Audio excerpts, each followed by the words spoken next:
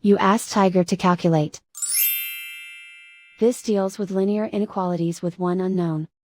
The final result is g equal or greater than -25. Let's solve it step by step. Swap sides.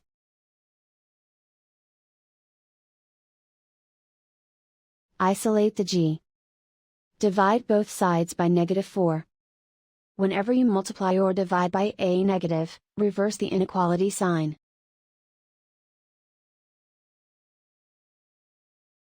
Cancel out the negatives.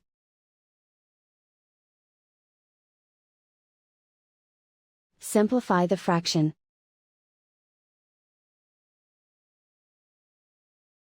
Move the negative sign from the denominator to the numerator.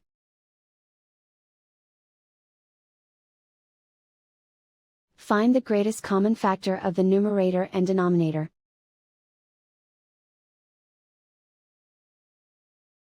Factor out and cancel the greatest common factor.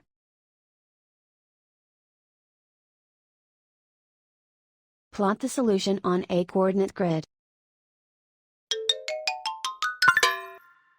And so the final result is g equal or greater than -25.